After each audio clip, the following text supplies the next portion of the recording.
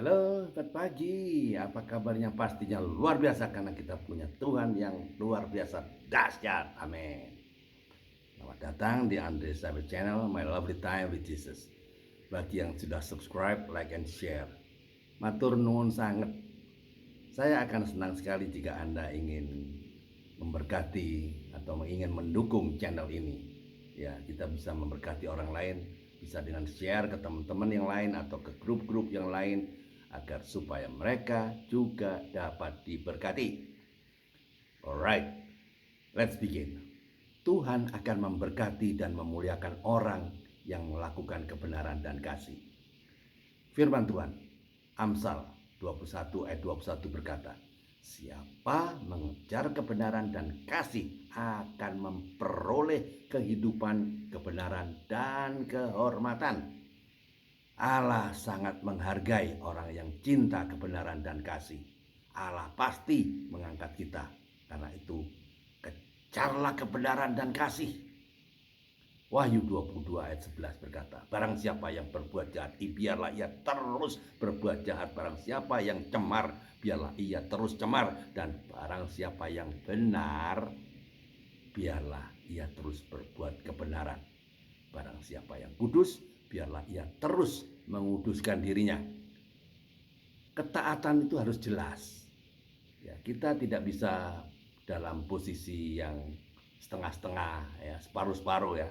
Ketaatan bukan sekedar rajin pergi ke gereja, mendengarkan firman, atau sekedar melakukan karena ada banyak orang melakukan demikian karena merasa sungkan atau takut dihukum. Karena ketaatan sejati merupakan kesadaran yang lahir dari dalam hati karena kasih. Hidup berpadanan dengan Injil berarti hidup dalam ketaatan. Hati kita sangat berharga di mata Tuhan, melebihi hal-hal lain di dunia ini.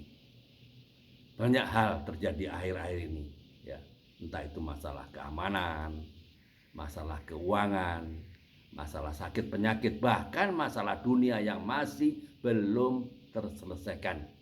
Karena itu kita perlu menjaga hati kita agar tidak terkontaminasi dengan hal-hal yang dapat merusak kemurnian hati kita kepada Tuhan.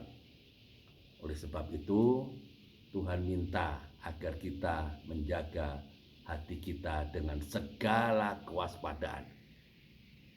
Jagalah hatimu dengan segala kewaspadaan, karena dari situlah terpancar kehidupan. Halo, dengar baik-baik ya.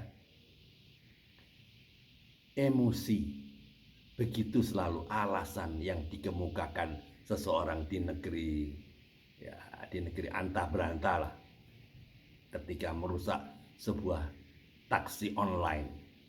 Terlihat sekali ya di medsos kemarahan yang diperlihatkan dengan merusak taksi tersebut. Aku lihat saya. Demikian juga ada peristiwa juga di negeri antah berantah ketika seorang jenderal bintang 2 yang menghilangkan nyawa ajudannya. Karena apa? Hanya karena emosi. Akibatnya apa? Keduanya berakhir di penjara. Masa depannya menjadi hancur. Memang biasanya ketika diri kita dilanda emosi, kemarahan, kita cenderung bersikap impulsif dan reaktif sehingga sulit mengendalikan diri kita. Karena penguasaan diri adalah seperti benteng pertahanan dalam hidup kita, dan kalau kita tidak bisa mengendalikan diri kita, kita ibarat kota yang temboknya roboh. Orang yang tidak dapat mengendalikan diri adalah seperti kota yang roboh temboknya. Amsal 25 ayat 28. Penguasaan diri adalah pelajaran seumur hidup. Saya ulang, pelajaran seumur hidup. Firman Tuhan dengan tegas mengatakan, kuasai dirimu dalam segala hal. Kita harus menguasai diri kita, bukan dikuasai oleh emosi negatif kita. Firman Tuhan dalam kitab Amsal mengatakan orang yang sabar melebihi seorang pahlawan, orang yang menguasai dirinya melebihi orang yang merebut kota. Kita diminta untuk bisa menguasai diri kita. Jangan sampai dikuasai situasi dan kondisi, namun tanpa Roh Kudus yang menolong kita, kita tidak akan mampu menguasai diri kita. Penguasaan diri adalah salah satu aspek dari buah roh yang harus dimiliki orang percaya. Karena tanpa penguasaan diri, banyak perkataan, sikap, dan tindakan kita yang tidak terkontrol, sehingga mengakibatkan kerugian bagi orang lain dan diri kita sendiri. Jadi intinya apa? Berdoalah setiap hari dan minta Roh Kudus memimpin hidup kita agar kita dimampukan mengendalikan diri kita, menguasai diri kita dalam segala hal,